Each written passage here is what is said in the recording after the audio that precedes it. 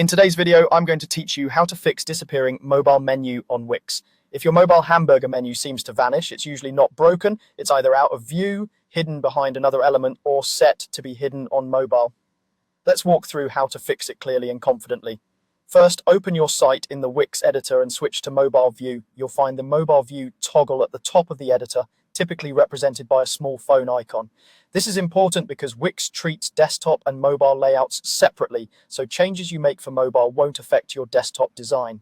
Once you're in mobile view, give the page a moment to load all elements. Next, click your mobile menu to select it. This is the hamburger icon, usually 3 stacked lines, that opens your mobile navigation. If you don't see it immediately, try clicking the header area where your site logo or top bar lives, because mobile menus are often located inside the header.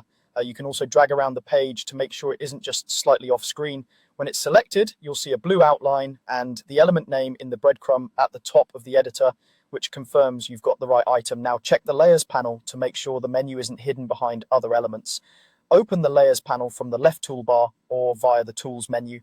In the panel, locate your mobile menu. Its name may include menu or hamburger. If you see it sitting below overlays, images, strips, or headers that could be covering it, drag the menu layer higher in the list to bring it forward. If the menu is inside a container like the header or a strip, expand that group in the layers panel and reorder it within that section. Watch for locked items, unlock them if needed to adjust order, and keep an eye out for elements that stretch across the screen like full-width strips that could obscure the menu. Finally, make sure hidden on mobile is turned off for the menu. With the menu selected, look for the eye icon or the hidden on mobile setting in the Elements settings panel. If it's toggled on, switch it off. This instantly makes the menu visible in mobile view.